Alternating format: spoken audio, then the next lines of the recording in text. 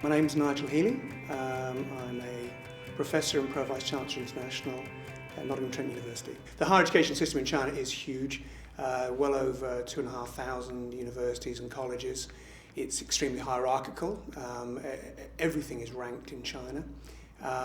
It's different in the sense that the top tier universities are funded directly by the Ministry of Education. You then have the second tier funded by the provinces, many of which are bigger than countries in Europe. And then you have the third tier funded by the municipalities and cities. It's extremely competitive to get in. There's a national entrance exam called Gaokao, and it's a highly selective system. There's been huge investment. It has grown probably threefold in the period since 2000.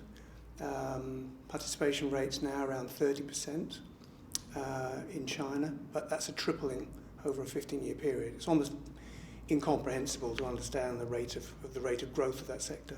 The Chinese government has an initiative to promote joint programs and joint institutions. So I think there are something in the order of 2,000 joint programs that are offered by Chinese and British universities. My university, Nottingham, Trent, we have quite a number now of dual degree programs where the students spend time in both institutions. So there are around about 2,000 of those. There are a much smaller number of joint educational offerings or educational institutions. University of Nottingham, Ningbo is one with the Wenli Education Group. So University of Nottingham has a campus in Ningbo. University of Liverpool has a joint venture with Zhangjiaotong University in Suzhou. That's a new university that's jointly owned by those two and operated. Some of the American universities have also entered into partnerships. So they're a much smaller number, but that is an area. And I think what the Chinese government's trying to do is, by promoting these partnerships, it's trying to encourage the flow of technology and knowledge to its institutions, particularly pedagogy.